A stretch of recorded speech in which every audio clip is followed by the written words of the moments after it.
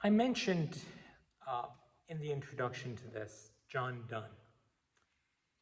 And John Donne, of course, like George Herbert, was both a preacher and a poet. Interestingly enough, I think one of the most memorable lines that was ever put forward by Donne was not in his poetry, but in one of his sermons. Probably a line that you know, although you may not know where it came from. It talks about a knell, a tolling, a passing knell, Knell. That's the ringing of a bell, a church bell. And it was often done after someone had died, but also, if possible, as someone was dying.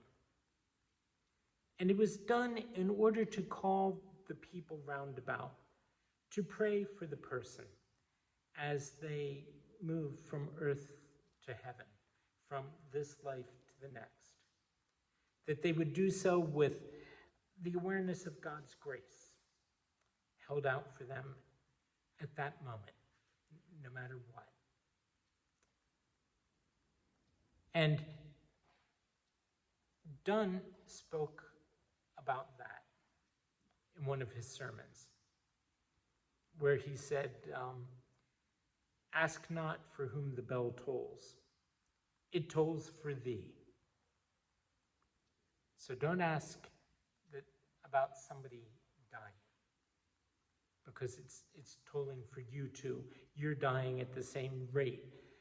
They're just further along. Ask not for whom the bell tolls. It tolls for thee.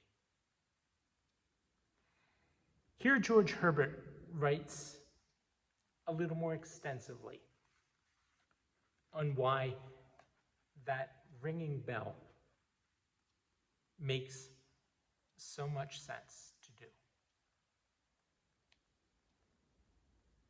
It's called the knell. The bell doth toll.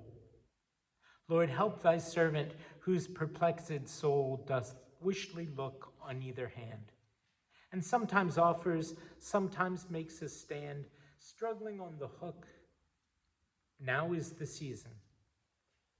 Now, ye great combat of our flesh and reason. O help, my God. See, they break in.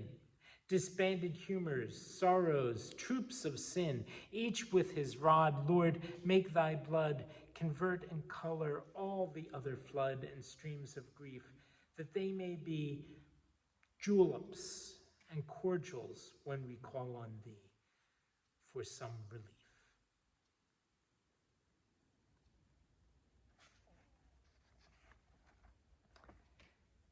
Kind of grim, but kind of hopeful to know that when you do go, you don't go alone.